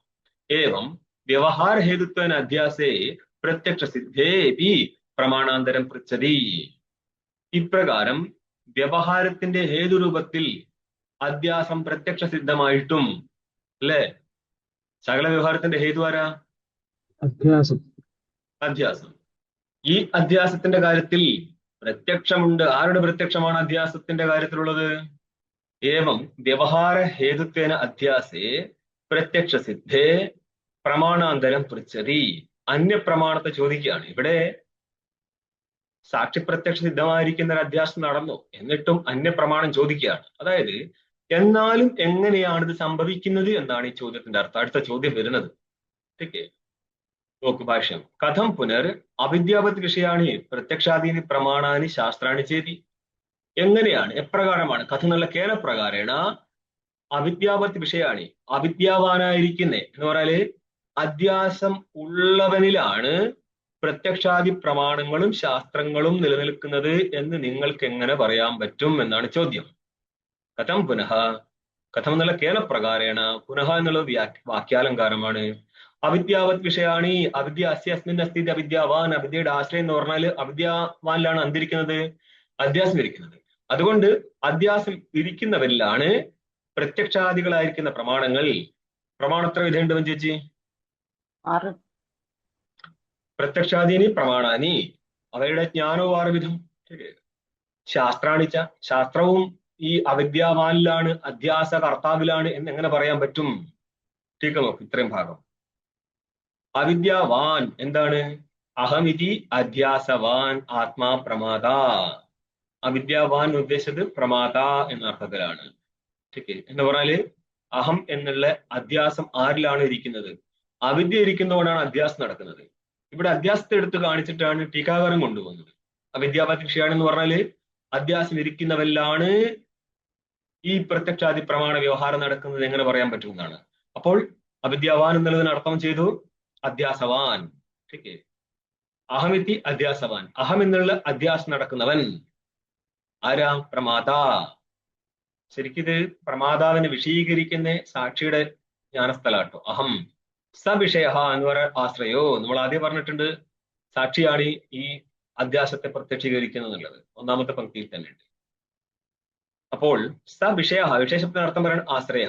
അങ്ങനെ ഇരിക്കുന്ന ജീവൻ, അജ്ഞാനയുക്തനായിരിക്കുന്ന അധ്യാസയുക്തനായിരിക്കുന്ന വ്യക്തി ആശ്രയമായിരിക്കുന്നത് യേഷാം, യേഷാം എന്ന് പറയുക ഏതൊന്നിന്, ഏതൊരു പ്രമാണങ്ങൾക്കാണോ താനി, ആ പ്രമാണങ്ങൾ എന്ത് പറയും? താനി പ്രമാണാനി അവിദ്യാവത് വിഷയാണി എന്ന് വിഗ്രഹം ചെയ്യുക. ഇത് വിഗ്രഹ, വാക്യം അർത്ഥം നിർണയം നടത്താനുള്ള പ്രയോഗത്തെയാണ് നമ്മൾ വിഗ്രഹം എന്ന് പറയുന്നത്. സമാസ സ്ഥലത്ത് വിഗ്രഹം കാണാം, അന്യം നടത്തി അർത്ഥം സിദ്ധിക്കേണ്ട സ്ഥലത്തും ചെയ്യും. തത്തത് പ്രമേയ വ്യവഹാര ഹേതുഭൂതായ പ്രമായ അധ്യാസാത്മക പ്രമാത്രാധീനത്വാത് പ്രമാണാനാം അവിദ്യാവത് വിഷയത്വം യദ്യപി പ്രത്യക്ഷം തഥാപി പുനരപി കഥം എന്ന് പറയുക കേനപ്രകാരേണ അവിദ്യാവത് വിഷയത്വമിതി യോജന. ഇതിനെ എങ്ങനെ യോജിപ്പിക്കണം എന്നുള്ളതാണ്. കാരണം മുമ്പ് പറഞ്ഞ കാര്യത്തെ പിന്നെന്തിനാണ് ചോദ്യരൂപത്തിൽ അവതരിപ്പിച്ചത്? തത്തത് പ്രമേയ വ്യവഹാര ഹേതുഭൂതായ പ്രമായ. പ്രമേയം ഏതിനാണ് പ്രമേയം എന്ന് പറയുന്നത്? പ്രമേയയുടെ വിഷയമാണ് പ്രമേയം. പ്രമ എന്ന് പറയുന്ന അർത്ഥം അനുമതി പ്രമേയാണോ? അതെ. എന്തുകൊണ്ട് അങ്ങനെ പറഞ്ഞേ? 6 പ്രമാണങ്ങൾ. അനുമാനം. 6 പ്രമാണങ്ങളില് അനുമാനം പ്രമാണമാണ്. അങ്ങനെ ഇരിക്കുന്ന അനുമാന പ്രമാണത്തിന് ജനിച്ചത് കൊണ്ട് അനുമതിയും പ്രമേയാണ്. അപ്പൊ അനുമതിയുടെ വിഷയം പ്രമേയമാവുമോ? തത്തത് പ്രമേയ വ്യവഹാര ഹേതുഭൂതായ പ്രമായ. പ്രമേയ വ്യവഹാരത്തിന്റെ കാരണഭൂതമാണെന്ത്? പ്രമ. പ്രമേയ സംബന്ധിയായിരിക്കുന്ന വ്യവഹാരം എന്ന് പറഞ്ഞു. പ്രമേയം, പ്രമേയ സംബന്ധി വ്യവഹാരമാണ് പ്രമേയ വ്യവഹാരം. തത്തത് പ്രമേയം, ഘടാദികളായിരിക്കുന്ന പ്രമേയം, അവയെ സംബന്ധിക്കുന്ന വ്യവഹാരമാണ് ആനയനാദികൾ അല്ലെങ്കിൽ അതിലെ ജലാഹരണാദികൾ. ഇതിന്റെ ഹേതുഭൂതമാണ്, ഹേതുസ്വരൂപമാണെന്ത്? പ്രമ. പ്രമേയുണ്ടെങ്കിൽ മാത്രമേ പ്രമേയ സംബന്ധിയായിരിക്കും വ്യവഹാരം ചെയ്യാൻ പറ്റത്തുള്ളൂ. അപ്പോൾ പ്രമേയത്തിന്റെ വ്യവഹാരത്തിന്റെ കാരണമായിരിക്കും യാതൊരു പ്രമേയുണ്ടോ പ്രമായ അധ്യാസാത്മക പ്രമാത്രാധീനത്വാത്. പ്രമാത അതിന്റെ തൃതീയാന്തമാണ് പ്രമാത്ര. അധ്യാസ സ്വരൂപം, അവിദ്യയാൽ അധ്യസിക്കപ്പെട്ടിരിക്കുന്ന സ്വരൂപമാണെന്ത്? പ്രമാതാവ് പോലും ആണോ? പ്രമാതാവില്ലേ പ്രമാതൃത്വം അധ്യസ്ഥമല്ലേ? പ്രമാതാവ് അധ്യസ്ഥമല്ലേ? ശുദ്ധ ചൈതന്യമല്ലല്ലോ. പ്രമാതൃത്വം ഇരുന്നാലല്ലേ പ്രമാതാവത്തുള്ളൂ. അപ്പോൾ അധ്യാസാത്മക പ്രമാത്രാവിനെ ആശ്രയിച്ചിരിക്കുകയാണെന്ത്? ആര്? പ്രമായ അധ്യാസാത്മക പ്രമാത്രാശ്രിതത്വാത് പ്രമാണാനാം അവിദ്യാവത് വിഷയത്വം. പ്രമാണങ്ങൾക്കും അവിദ്യാവത് വിഷയത്തിലിരിക്കും. എന്തുകൊണ്ടാ? പ്രമാണത്തിൽ നിന്ന് ജനിക്കുന്ന പ്രമയും അധ്യാസ സ്വരൂപനായിരിക്കുന്ന പ്രമാതാവിനെ ആശ്രയിച്ചതിനാൽ അതേ പ്രമാതാവിനെ ആശ്രയിച്ചും കൊണ്ടാണ് പ്രമാണങ്ങളും ഇരിക്കുന്നത് എന്നുള്ളതിനാൽ പ്രമാണങ്ങൾക്ക് എന്ത് വിഷയത്വം കിട്ടി? അവിദ്യാവത് വിഷയത്വം. ഈ അവിദ്യാവത് വിഷയത്വത്തിന്റെ അർത്ഥം എന്താ? അവിദ്യാവാനായിരിക്കുന്ന, അധ്യാസത്തിന്റെ ആശ്രയമായിരിക്കുന്നേ, ചൈത്രാദികളെ ആശ്രയിച്ചിരിക്കുന്നത്, ചൈത്രാദികളായിരിക്കുന്ന പുരുഷനായിരിക്കുന്ന പ്രമാതാവിനെ ആശ്രയിച്ചിരിക്കുന്നതാവും ആര്? പ്രമാണങ്ങളും. അതുകൊണ്ട് പ്രമാണങ്ങൾക്കും അവിദ്യാവത് വിഷയത്വം ശരിയാണ്. യദ്യപി പ്രത്യക്ഷം, ठीक है, അതാർക്കും പ്രത്യക്ഷീകരിക്കാൻ പറ്റുന്നതാണ്.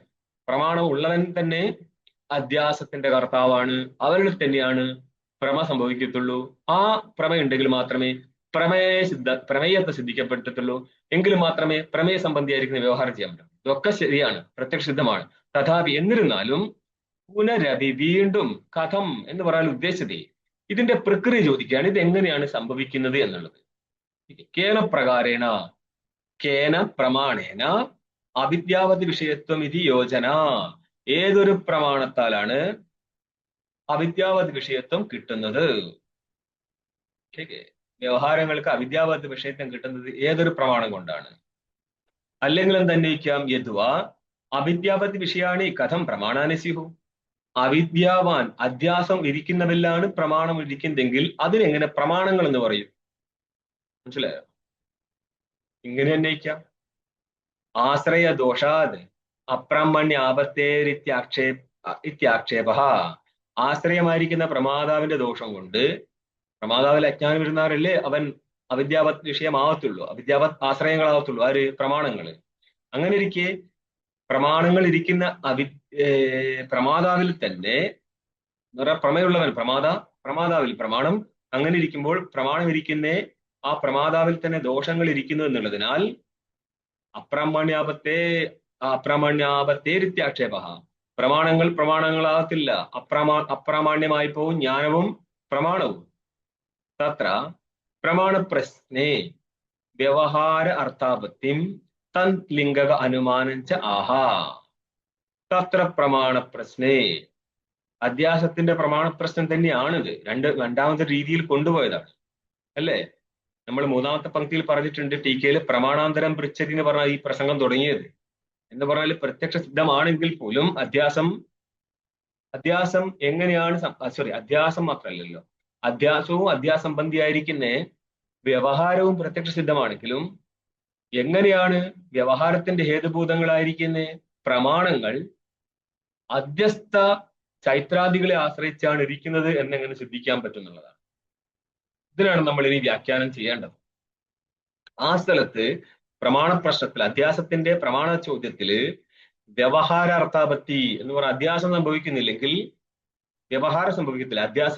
അധ്യാസം വിന വ്യവഹാര, അന്യഥ എന്ന് പറഞ്ഞാല് അധ്യാസം വിന അനുപത്തി, വ്യവഹാര അനുപത്തിയ, വ്യവഹാരം നടക്കുന്നുണ്ട് എന്നുള്ളതിനാൽ അധ്യാസം സിദ്ധിക്കപ്പെടും എന്ന് അർത്ഥാപത്തി പ്രമാണം. പിന്നെ തദ് ലിംഗകം അനുമാനം, വ്യവഹാരത്തെ ഹേതുവാക്കിക്കൊണ്ട് നമ്മൾ അനുമാനവും നടത്തും. ഇതൊക്കെ ടീക്കയിലെ ഭാഷ്യത്തിൽ വരും, ടീകാകാരൻ വിശദീകരിക്കും. എന്ന് ഉത്തരം പറയാണ്. ആഹാ പറയുന്നു, ഉത്തരം പറയാണ്. ഭാഷ്യം കാണുക, ഉച്യതേ. ठीक है, सिद्धांति उत्तरम പറയാൻ ഉച്യതേ സിദ്ധാന്തിന ദേഹേന്ദ്രിയാദിഷു അഹം മമ അഭിമാനരഹിതസ്യ പ്രമാതൃത്വ അനുപപത്തോ പ്രമാണ പ്രവൃത്തി അനുപപത്തേഹേ നഹി ഇന്ദ്രിയാണ്യനുപാദായ പ്രത്യക്ഷാദി വ്യവഹാര സംഭവതി നച അധിഷ്ഠാനമന്തരേണ ഇന്ദ്രിയാണം വ്യവഹാര സംഭവതി നച അനധ്യസ്ഥ ആത്മഭാവേന ദേഹേന കശ്ചിത് വ്യാപ്രിയതേ നച ഏതസ്മിൻ സർവസ്മിൻ അസതി അസംഗസ്യ ആത്മനഃ പ്രമാതൃത്വം ഉപദ്ധ്യതേ നച പ്രമാതൃത്വമന്തരേണ പ്രമാണ പ്രവൃത്തിരസ്തി തസ്മാത് അവിദ്യാവത് വിഷയാണ്യേവ പ്രത്യക്ഷാദീനി പ്രമാണാനി ശാസ്ത്രാണി ച. ഇവിടം വരെയാണ് ഈ പ്രസംഗം പോകുന്നത്. ആദ്യം അങ്ങ് കണ്ടുപോടും, പിന്നെ അന്യം നടത്താം. ദേഹേന്ദ്രിയാദിഷു, ദേഹം, ഇന്ദ്രിയം, ഇങ്ങനെ ഇരിക്കുന്ന അചേതന വസ്തുക്കളിൽ അഹം മമ അഭിമാനരഹിതസ്യ, ദേഹാദികളിൽ അഹമെന്നും ഇന്ദ്രിയാദികളിൽ ചിലപ്പോൾ അഹമെന്നും മമ എന്നും ദേഹത്തിലും മമ എന്നും വരാം. ഇങ്ങനെ അഭിമാനമില്ല എങ്കിൽ രഹിതസ്യ, ഈ ഒരു അഭിമാനം എപ്പോഴാണുള്ളത്? ദേഹാദികളിലെ അഭിമാനം ജാഗ്രതത്തിലാണ്, സ്വപ്നദേഹത്തിലാണ് അഭിമാനം. ഒരു ദേഹത്തിൽ അഭിമാനിക്കാതിരിക്കുന്ന സമയമാണെന്ത്? സുഷുപ്തി. അപ്പൊ ദേഹേന്ദ്രിയാദികളില് അഭിമാനരഹിതനാണ് ആര്? സുഷുപ്തിയിൽ ആത്മാ. രഹിതസ്യ, അവിടെ പ്രമാതൃത്വം ഉണ്ടോ? ഇല്ല. വ്യതിരേകം പറയാണ്. അതായത് പ്രമാതൃത്വാദി വ്യവഹാരം നടക്കണമെങ്കിൽ അധ്യാസം നടക്കണം. അധ്യാസ സ്ഥലമാണ് അഹം മമ അഭിമാനം. അപ്പൊ അഹം മമ അഭിമാനം ഇല്ലെന്ന് പറഞ്ഞാൽ അധ്യാസം ഇല്ല എന്നർത്ഥം. അധ്യാസം ഇല്ലാത്ത സുഷുപ്തി സ്ഥലത്ത്, അഹം മമ അഭിമാനം ഇല്ലാത്ത സുഷുപ്തി സ്ഥലത്ത് അല്ലാതെ ബ്രഹ്മാത്മ ഐക്യജ്ഞാനമൊന്നും കാണണ്ട. ദൃഷ്ടാന്ത സുഷുപ്തിയാണ്. ഇതുകൊണ്ടാണ് നമ്മൾ സുഷുപ്തി കൊണ്ടുവരുന്നത് മക്കളെ. അല്ലാതെ സുഷുപ്തിയിൽ അവിദ്യ ഇല്ലെങ്കിൽ പിന്നെ ദാഷ്ടാന്തികമായി പോകൂലേ? കുറച്ചെങ്കിലും ബോധം വേണ്ടേ? ദൃഷ്ടാന്തം എന്ന് പറഞ്ഞാൽ എന്തായിരിക്കും? ദൃഷ്ടാന്തം ദാഷ്ടാന്തികമായി കഴിഞ്ഞാൽ ദൃഷ്ടാന്താവത്തില്ല. ഭേദം ഉണ്ടെങ്കിൽ മാത്രമേ ദൃഷ്ടാന്തം കാണിക്കാൻ പറ്റൂ. അഭിമാനരഹിതസ്യ പ്രമാതൃത്വ അനുഭവത്തു, ദേഹേന്ദ്രിയാദികൾ അഭിമാനമില്ലെങ്കിൽ പ്രമാതൃത്വം സംഭവിക്കത്തില്ല എന്നുള്ളതിനാൽ പ്രമാതാവിലല്ലേ പ്രമാണം നിലനിൽക്കുക? പ്രമാതാവേ ഇല്ലെങ്കിൽ പിന്നെ പ്രമാണത്തിന്റെ പ്രവൃത്തി ഉണ്ടാവുമോ? പ്രമാണം പ്രവർത്തിച്ചിട്ട് പ്രമയുണ്ടാക്കി കൊടുക്കുമ്പോഴാണ് പ്രമയുള്ളവൻ പ്രമാതാവാകത്തുള്ളൂ. അപ്പൊ പ്രമാതൃത്വം ഇല്ല. എന്തുകൊണ്ടാ? ദേഹാദികളിൽ അഭിമാനം ഇല്ലാത്തത് കൊണ്ട്. അങ്ങനെ ഇരിക്കുമ്പോൾ പ്രമാതൃത്വം നഷ്ടപ്പെട്ടാൽ പ്രമാണാദികളായിരിക്കുന്ന ഇന്ദ്രിയം, അനുമാനം ഇത്യാദികളുടെ പ്രവൃത്തി നടക്കത്തില്ല. പ്രമാണാദി ഇന്ദ്രിയാദികളുടെ പ്രവൃത്തി നടന്നാൽ എന്ത് ചെയ്യും? ജ്ഞാനുണ്ടാവും. ജ്ഞാനുണ്ടെങ്കിലോ പ്രമാതൃത്വം സിദ്ധിക്കും. അതെപ്പോഴേ ഉള്ളൂ? ദേഹാദികളിൽ അഭിമാനം ഉണ്ടെങ്കിൽ മാത്രം. ഇല്ലെങ്കിൽ ഇല്ല എന്നർത്ഥം. ഇനി ടീക്കയിൽ മറ്റു കാര്യങ്ങൾ ഉന്നയിക്കും. പക്ഷെ ഞാൻ ഭാഷ്യം മാത്രമായിട്ട് ഇപ്പം കൊണ്ടുപോവുക. നഹി ഇന്ദ്രിയാണി അനുപാതായ പ്രത്യക്ഷാദി വ്യവഹാര സംഭവതി. നാം പറയും ഇന്ദ്രിയങ്ങളുടെ ആവശ്യം എന്തിനാണ് വ്യവഹാരത്തിന്? ഉത്തരം പറയാണ്, ഇന്ദ്രിയങ്ങളുടെ ഗ്രഹണം എന്ന് പറഞ്ഞ അധ്യാസം നടന്നിട്ടില്ലെങ്കിൽ ഇന്ദ്രിയജന്യമായിരിക്കുന്ന പ്രത്യക്ഷമില്ല, അനുമാനമില്ലെങ്കിൽ അനുമതിയില്ല, ശബ്ദമില്ലെങ്കിൽ ശാബ്ദമില്ല. ഇങ്ങനെ ഇരിക്കുന്ന ഒരു വ്യവഹാരം സംഭവിക്കത്തില്ല. വ്യവഹാരം വേണമെങ്കിൽ എന്ത് വേണം? പ്രമാണം വേണം. എന്നുവെച്ചാ അധിഷ്ഠാനമന്ത്രേണ ഇന്ദ്രിയാണാം വ്യാപാര സംഭവതി. അപ്പൊ പറയുന്നുണ്ട് ഇന്ദ്രിയങ്ങളെ വെച്ചിട്ട് അങ്ങോട്ട് വ്യവഹരിച്ചാൽ പോരെ, എന്തിനാണ് ശരീരത്തിൽ അധ്യാസം വരുന്നത്? അന്നേരം പറയാണ് ഇന്ദ്രിയങ്ങളുടെ അധിഷ്ഠാനം ഇല്ല എങ്കിൽ, അധിഷ്ഠാനമന്ത്രേണ ഇന്ദ്രിയങ്ങളുടെ അധിഷ്ഠാനമായിരിക്കും ശരീരമായിട്ട് ആത്മാവിന് താതാത്മ്യ അധ്യാസം ഇല്ലായിരുന്നു എങ്കിൽ ഇന്ദ്രിയങ്ങളുടെ വ്യാപാരം സംഭവിക്കത്തില്ലായിരുന്നു. ഇന്ദ്രിയങ്ങൾ വ്യവഹരിക്കണമെങ്കിൽ ആദ്യം എന്ത് വേണം? ശരീരത്തിന് ആത്മാവായിട്ടുള്ള അധ്യാസം വേണം. അധിഷ്ഠാനം എന്ന് ഉദ്ദേശിച്ചത് ഇന്ദ്രിയങ്ങളുടെ അധിഷ്ഠാനമായിരിക്കും ശരീരമാണ്. അന്തരേണ താതാത്മ്യം ഇല്ലായിരുന്നു എങ്കിൽ ഇന്ദ്രിയാണാം വ്യാപാരം സംഭവതി. എന്നുവെച്ചാൽ അധിഷ്ഠാനം അല്ലെ ഇങ്ങനെ മതി. ഇന്ദ്രിയങ്ങൾക്ക് അധിഷ്ഠാനം ഇല്ല എങ്കിൽ ഇന്ദ്രിയങ്ങളുടെ വ്യാപാരം സംഭവിക്കത്തില്ലായിരുന്നു. അപ്പൊ അടുത്ത ചോദ്യമാണ്, ദേഹം ഉണ്ടെങ്കിൽ പോലും ദേഹത്തിലായിട്ട് അധ്യാസത്തിന്റെ ആവശ്യം എന്താണ് ആത്മാവിന്? അതിന് ഉത്തരം പറയാണ്, എന്നുവെച്ചാൽ അനധ്യസ്ഥ ആത്മഭാവാന ദേഹേന കശ്ചിത് വ്യാപൃയതേ. ആത്മാവിന് ദേഹവുമായിട്ട് അധ്യാസം സംഭവിച്ചില്ലായിരുന്നു എങ്കിൽ, അനധ്യസ്ഥ ആത്മഭാവേന, ആത്മഭാവം ആത്മത്വം, ആത്മാവിന്റെ അധ്യാസം ദേഹവുമായിട്ട് നടന്നില്ലായിരുന്നു എങ്കിൽ ദേഹത്തിൽ ആത്മത്വം അധ്യസിക്കത്തില്ലായിരുന്നു. അങ്ങനെ സംഭവിച്ചിട്ടില്ലെങ്കിൽ ദേഹേന കശ്ചിത് വ്യാപൃയതേ, കേവല ദേഹത്താൽ, ജഡമായിരിക്കും ദേഹത്താൽ ഒരു വ്യാപാരവും നടക്കത്തില്ലായിരുന്നു. അപ്പൊ ദേഹത്തിൽ വ്യാപാരം നടക്കണമെങ്കിൽ എന്ത് വേണം? ചേതനന്റെ അധ്യാസം ദേഹത്തിലും നടക്കണം. എന്നുവെച്ചാൽ ഏതസ്മിൻ സർവസ്മിൻ അസതി, അതായത് ധർമ്മ്യാധ്യാസവും ധർമാധ്യാസവും നടന്നില്ലായിരുന്നു എങ്കിൽ ചേതനും അന്ധകരണവുമായിട്ടും ശരീരവുമായിട്ടും അധ്യാസം നടന്നില്ലായിരുന്നെങ്കിൽ, കർത്തൃത്വാദികളിലായിരിക്കുന്ന അന്ധകരണത്തിന്റെ ധർമ്മങ്ങൾ ആത്മാവിലേക്ക് അധ്യസിച്ചിട്ടില്ലായിരുന്നു എങ്കിൽ അസംഗസ്യ ആത്മന പ്രമാതൃത്വം ഉപദ്ധ്യതേ നഹി ഉപദ്ധ്യതേ, അസംഗനായിരിക്കുന്ന ആത്മാവിൽ പ്രമാതൃത്വം സംഭവിക്കത്തില്ലായിരുന്നു. പ്രമാതൃത്വം സംഭവിച്ചില്ലേ എന്താ പറയാറ്? എന്നുവെച്ചാൽ പ്രമാതൃത്വം അന്തരേണ പ്രമാണ പ്രവൃത്തിരസ്തി. പ്രമാതൃത്വം ഇല്ല എങ്കിൽ പ്രമാണത്തിന്റെ പ്രവൃത്തി പോലും നടക്കത്തില്ലായിരുന്നു. അതുകൊണ്ട് എന്ത് പറ്റി? തസ്മാത്, അതുകൊണ്ട് എന്തൊക്കെ വേണം? പ്രമാണ പ്രവൃത്തിയുണ്ട്, പ്രമാതൃത്വം വന്നിട്ടുണ്ട്. ഇതൊക്കെ സംഭവിക്കണമെങ്കിൽ അവിദ്യാപത്തി വിഷയാണ്യവ പ്രത്യക്ഷാദീനി പ്രമാണാനി ശാസ്ത്രാണിച്ച. ആയതുകൊണ്ട് അവിദ്യാപത്ത് എന്ന് പറഞ്ഞാല് അവിദ്യ അസ്മിൻ അസ്ഥിതി അവിദ്യാപത്ത് എന്ന് അന്വയിക്കാമെങ്കിലും അധ്യാസപത്ത് എന്ന് അന്വയിച്ചോളൂ. അധ്യാസം ഇരിക്കുന്നവരിൽ മാത്രമാണ് പ്രത്യക്ഷാദി പ്രമാണങ്ങൾ വ്യവഹരിക്കപ്പെടുന്നത്, ശാസ്ത്രങ്ങളും. അതിനാൽ അവിദ്യാപത്തി വിഷയങ്ങൾ മാത്രമാണ് പ്രത്യക്ഷാദി പ്രമാണാനി ശാസ്ത്രാണിച്ച. അപ്പോൾ പ്രത്യക്ഷാദി പ്രമാണങ്ങളും ശാസ്ത്രങ്ങളും വ്യവഹരിക്കണമെങ്കിൽ എന്ത് വേണം? അധ്യാസം നടക്കണം. ശരി. അപ്പോൾ എവിടുന്ന മൊത്തം പ്രസംഗം വെച്ചു കൊടുക്കുകയാണിത്. എങ്ങനെയാണ് സംഭവിച്ചതാണ് ചോദ്യം. നമ്മൾക്കിത് മനസ്സിലാവുന്നുണ്ട്, അധ്യാസം നടക്കുന്നുണ്ട്. ഇത് എങ്ങനെയെന്ന് വന്നപ്പോഴാണ് പറഞ്ഞത് ഓരോ ഇടത്തും സംഭവിച്ചിരിക്കുകയാണ്. പക്ഷെ ഇതിന്റെ പിറകിൽ ഒരു അധ്യാസം ഉണ്ടായിരുന്നു. അത് ഇവിടെ പറഞ്ഞിട്ടില്ല. ഏത്? മൂലാവിദ്യയായിട്ടുള്ള അധ്യാസം. ഇത് ഇവിടെ പറയാത്തത് കൊണ്ടാണ് മൂലാവിദ്യാധ്യാസം ഇല്ല എന്ന് പറഞ്ഞിട്ട് ചാടുന്നത്. ഒരു കാര്യം മനസ്സിലാക്കണം. സുഷുപ്തിയിൽ പിന്നെ എന്ത് സംഭവിച്ചു? സുഷുപ്തിയിൽ അധ്യാസം ഉണ്ടോ? അധ്യാസം ഇല്ല. അധ്യാസം ഇല്ലായിരുന്നുവെങ്കിൽ ബ്രഹ്മസ്വരൂപല്ലേ? അതുമല്ല. അതിന്റെ അർത്ഥം എന്താ? ഏതോ ഒരു അധ്യാസം ഉണ്ടായിരുന്നു. സാക്ഷി സ്വരൂപം തന്നെ അധ്യസ്ഥ ഭാവമാണ്. അതുകൊണ്ടാണ് സാക്ഷിയായ സ്വരൂപം നിരൂപണം നടത്താതെ വേദാന്തം മനസ്സിലാക്കാൻ പറ്റൂല എന്ന് പറയാൻ കാരണം. ശ്രുതിയൊക്കെ പോയിട്ട് മുട്ടി നോക്കും. ഓം പൂർണ്ണമദഃ പൂർണ്ണമിദം പൂർണ്ണാത് പൂർണ്ണമുദച്യത്തെ പൂർണ്ണസ്യ പൂർണ്ണമാദായ പൂർണ്ണമേവാവശിഷ്യത്തെ. ഓം ശാന്തി ശാന്തി ശാന്തി. ശങ്കരം ശങ്കരാചാര്യം കേശവം ബാദരായണം സൂത്രഭാഷ്യകൃതൗ വന്ദേ ഭഗവന്തൗ പുനഃ പുനഃ. ഈശ്വരോ ഗുരുരാത്മേതി മൂർത്തിഭേദ വിഭാഗിനെ വ്യോമവത്വ്യാപ്തദേഹായ ദക്ഷിണാമൂർത്തയേ നമഃ. ഓം ശാന്തി ശാന്തി ശാന്തി. നമോ നാരായണ.